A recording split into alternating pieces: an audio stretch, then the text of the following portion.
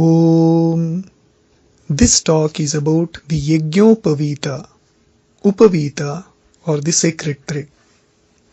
A certain young man said that he had removed the sacred thread after having it because, according to him, it was useless, ancient, unscientific, and had no link with the modern times. The difficulty with most of us is we do not know and we will not want to know also. We are ignorant and we don't want to know that we are ignorant. Further, people want scientific reasons for everything. Till the 1970s, they would have called you a fool if you said that you can send a letter from India to the United States in a second. But with the email, WhatsApp, etc., science has changed. This is the limitation of science, and everything in the universe cannot bend and fit into this little science. Further, profit-based thinking should be given up. Nobody said that by wearing a piece of cotton, you will get supernatural powers, you will get millions of dollars, you will be flying in the air, you will be a giant or a superman. Such things don't exist. There are 4 things to remember about Sanatana Dharma. Number 1. Hindu Dharma wants nothing from you, but only your supreme good. Number 2. Sanatana Dharma tells you that you are divine and infinite, but it knows that you think you are finite and miserable. Number 3. Sanatana Dharma knows that this life is a great opportunity to give up false ideas about oneself and to become glorious. And number 4. Therefore, Sanatana Dharma teaches the simplest methods but hides the profoundest ideals behind them. Using the most inexpensive materials, simple techniques, you are shown the glory of your true nature. This is the secret of Sanatana Dharma. Further, Sanatana Dharma never asks you to keep long beards, wear caps, or hang a painful symbol of human cruelty round your neck, and so on. Those who use such things don't ask questions. Why do you do? For a simple thread. About the sacred thread. A sacred thread called Yajnopavita, Upavita, or janeu in popular language is a simple thing. It is extremely inexpensive, safe for health, good for all seasons, and the easiest to make or to buy. It is made of simple cotton threads. 3 cotton threads tied together like a thin rope, and when tied, a white garland. This triple thread necklace or garland is worn in such a way that it sits on the left shoulder and runs down the right side. Ideally, in ancient times, it would be no longer than the level of the navel and not shorter than the level of the chest. According to the Yajurveda Samhita and the Taittiriya Brahmana, there are 2 other variations of wearing the sacred thread at times depending on the work the person may be doing then. Nivitam Manushyanam, Prachina Vitam Pitrunam, Upavitam Devanam. The sacred thread sits on the left shoulder and runs down the right side.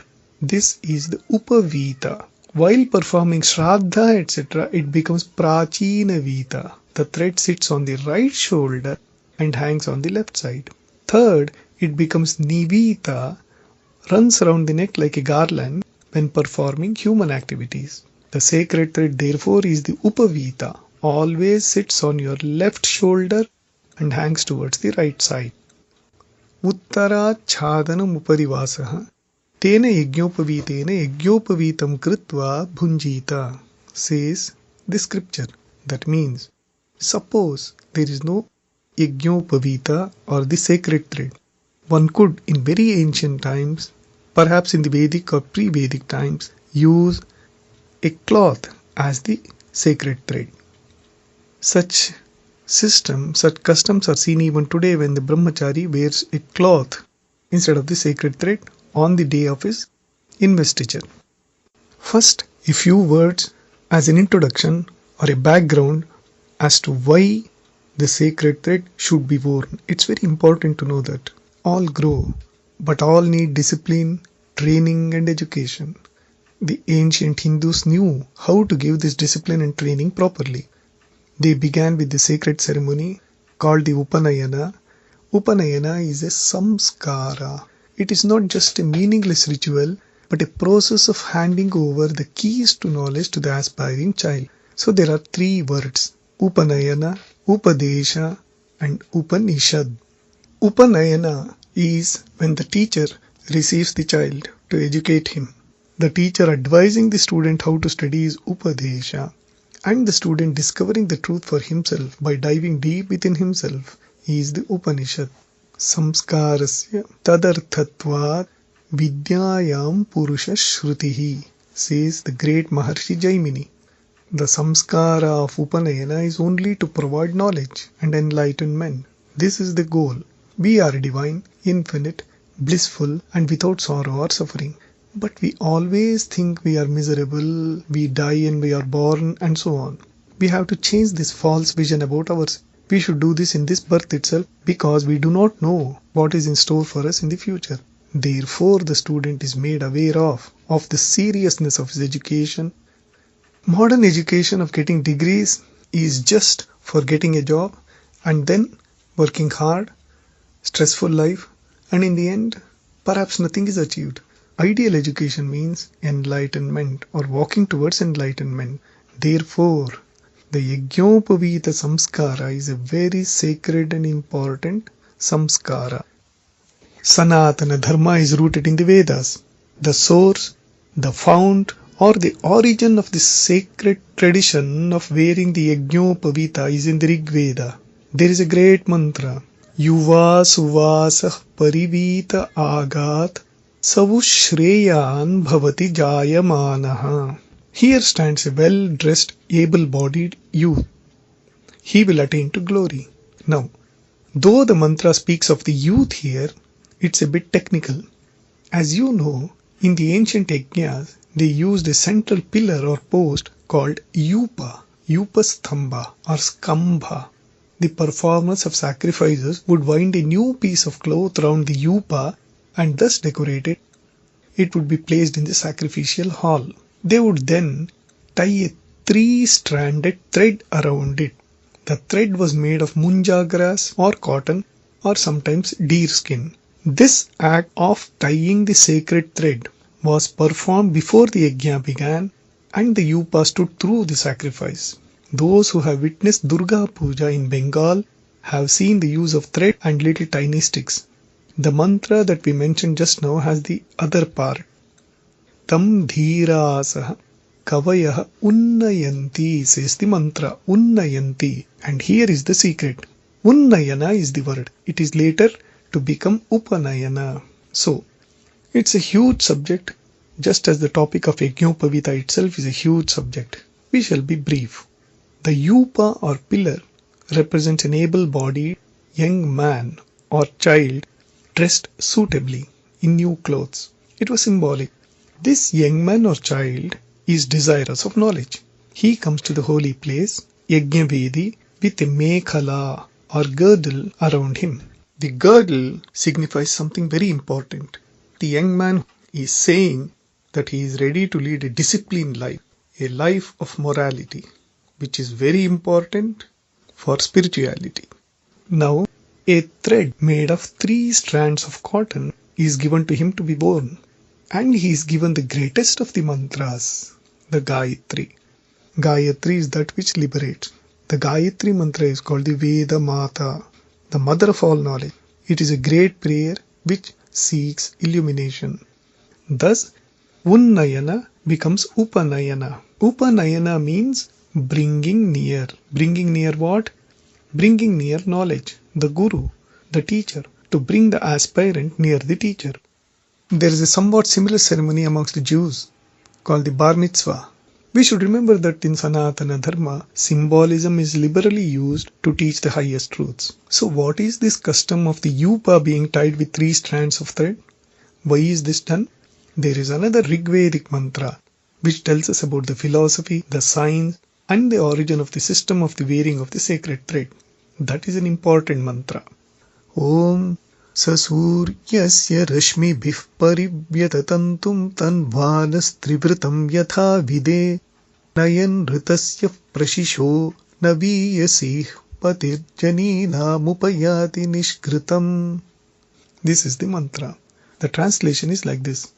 He, that is the youth, is enveloped by the rays of the sun, even as he himself envelops himself with the three tantus or threads. The truthful sacrificer, that is, the Lord of the sacrifice, will see all this and praise the novice.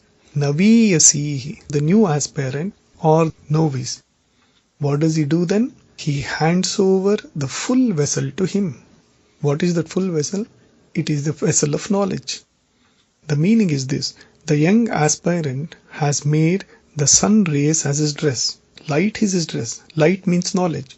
Since he has made knowledge as his dress or covering or goal, the Lord is pleased with him and gives him a full vessel of knowledge. It's up to the child now to drink as much as possible from the infinite vessel of knowledge. Knowledge is infinite. You may ask, why is the Lord so happy seeing the boy? The Lord is happy because the boy is not only ready to accept the path of knowledge or to learn, he has also accepted the sacred thread. That is why the Lord is happy. Rights and duties. So therefore, what is the sacred thread?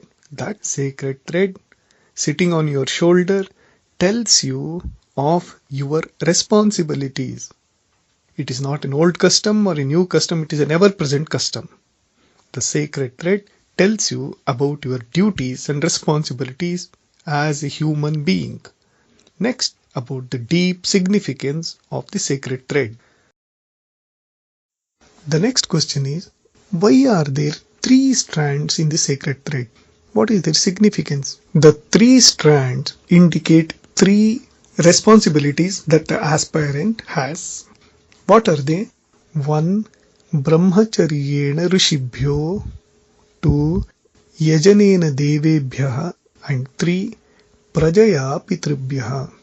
1. The Vedas indicate that the aspirant vows something to the sages. There is a law in the Vedas. Swadhyaya pravachanabhyam na pramaditavyam. Study and teaching should never be given up. They should go hand in hand. If you have something, don't hide it. Share it. Give it to others. Life is one, so give. If you give, you will get more. Don't hide knowledge. Even as the student acquires knowledge, it will not be for himself alone. And all his struggle to acquire knowledge, to discover, to find out new things, will be for others and for the larger good. This is the first thread. The first thread signifies that he is reminded of his responsibility to his ancient masters. The second strand of the 3 threads is a consequence of the first. It says, Prajaya pitrubhyaha, that is, the novice or brahmachari has the responsibility of continuing the tradition of knowledge. Nothing will end with him. It will continue.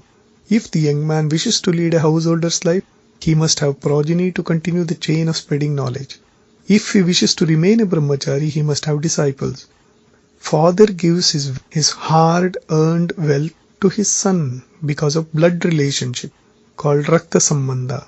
The Guru distributes the knowledge he has earned with great difficulty, with great austerity to his disciples through the connection of the mantra Sambandha. So there are 2 Sambandhas, 2 lineages. It is ready wealth or ready knowledge, a ready package that is given over to the son or the Shishya. But this must be done. Therefore, there is a responsibility on the shoulders of everyone that they must continue the chain of knowledge. The third thread of the sacred thread shows another responsibility. Yajnena devebhyaha. You vow something to the gods. Your responsibility to the gods or to the Supreme Being is fulfilled when you perform yajna. How can we perform yajna in modern times? If you can perform some physical yajna, it's quite good. But there is a higher type of yajna, and this is a very, very high ideal. See the trees around you. They receive sunlight and water and transform them into food and energy. And this energy and food are consumed by other living beings like the human being. See the rivers and the oceans. See the cows. They are all giving. They are all transforming and giving out energy and food for us. This is called yajna. Great cosmic sacrifice is going on. Everything is transforming something into something else. It is all as if there are millions of nuclear reactors transforming fuel into energy. According to the Rig Veda, living beings receive three things from the sun. All life receives three things from the sun: light, heat, and energy. So, the novice who receives these from the sun and the world should return them. How? He himself should become a Yajna, the sacrificial altar. For some moments, think that you are a sacrificial altar. Think that the nature is giving you so many things, pouring so many things into you, and you are transforming it into energy or something good for the universe. Tyaga and Seva. Your life is a sacrifice. Your entire life is dedicated for the good of others.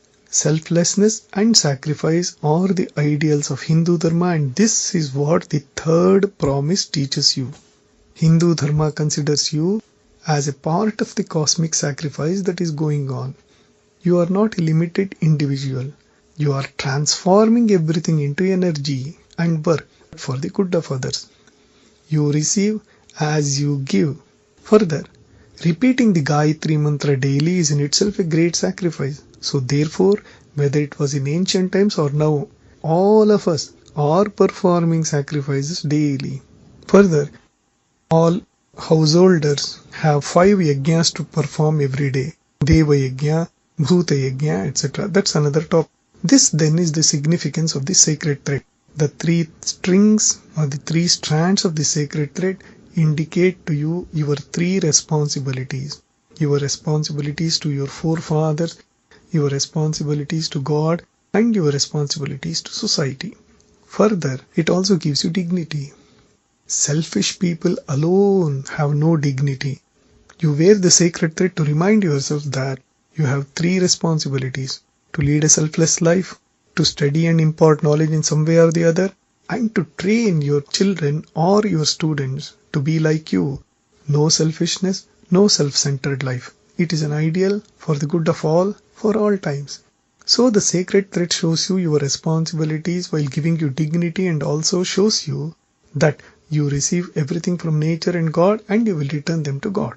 Next, some quick points. Who can wear the sacred thread? According to Sanatana Dharma, all can wear the sacred thread. All the 3 varnas, Brahmana, Kshatriya and Vaishya, have to wear it. It's compulsory for them. They have to receive the Savitri mantra or Gayatri mantra. The Brahmana studies and spreads knowledge, thus fulfilling his 3 responsibilities. The Kshatriya learns warfare and saves his land, thus fulfilling his 3 responsibilities. The Vaishya does commerce, industry, produces food and so on, and thus fulfills his 3 responsibilities. All have the sacred thread on their shoulders, reminding them to lead glorious lives. What about the 4th varna? It was optional. However, the 4th varnas like the Nishadhas and others were all invested with the sacred thread. That is, everyone can receive the sacred thread irrespective of race, caste, color and so on. Some people unnecessarily create divisions and conflicts in the name of liberalism. But in their houses also, in their offices also, they practice inequality by way of having cooks, drivers, servants, helpers and so on. Further, there is an example. Suppose you study in a college, say an engineering college. You have students, the teaching staff and the non-teaching staff there. The non-teaching staff is there for a long time. Why not give them engineering degrees? Why should only the students have the degrees and the teachers? Why not they have degrees? What prevents you from giving them degrees? So, this society has been arranged in a certain form. It will go on like that. But Sanatana Dharma never discriminates. All can have the sacred thread. This brings us to the next question. Can women wear the sacred thread? Of course they can. You can see numerous sculptures where women are wearing the sacred thread. During the Vedic age and later, girls were classified into 2 groups, Brahmavadinis and Sadyovadhus. Brahmavadinis would dedicate their lives for higher knowledge. Sadyovadhus would be girls about to be married. Both were invested with the sacred thread. In subsequent ages, due to tremendous political upsurges and uncertainties, women had to be kept confined for fear of their lives and honor. Men began to wear double sacred threads after marriage. This tradition is there even today because you can see married men wearing 6 thread, one on behalf of the Sahadharmini, both leading spiritual life and seeking spiritual uplift, which reminds you of the greatness of your life. So, it also tells you never go astray. I am always here to remind you that you are divine. Your life is not to be wasted. Therefore, never give up the sacred thread. Have tremendous faith in your Sanatana Dharma. Have respect. Your ancestors were not fools. Whatever they did for your supreme good only. Yajnopavitam paramam pavitram prajapatiryat sahajam purastat ayushyamagnyam pratimuncha sarvam yajnopavitam balamastu tejaha. This is the mantra. Wear the sacred thread proudly and with devotion. That is the highest science, and then all glory shall be yours. Thank you very much. Hari Om Tat Sat. Namaste.